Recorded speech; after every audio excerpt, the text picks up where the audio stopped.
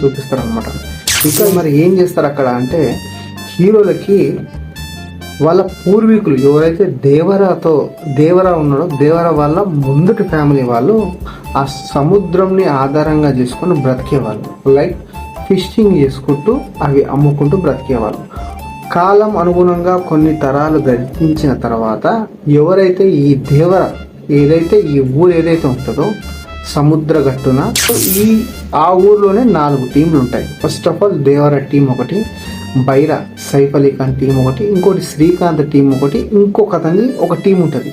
వీళ్ళు ఎలాంటి వాళ్ళంటే ఏదైనా సరే దొంగతనం చేయడానికి వెళ్తే అందరూ ఒకటే, దొంగతనం చేస్తే అందరూ ఒకటే, అందరూ పంచుకోవడం అన్నట్టు ఉంటుంది. మరి ఆయుధ పూజ సాంగ్ దేనికోసం అంటే వీళ్ళకి ప్రతిసారి ఆ కత్తులు ఎవరైతే గెలుచుకుంటారో ఆ 4 టీంలలో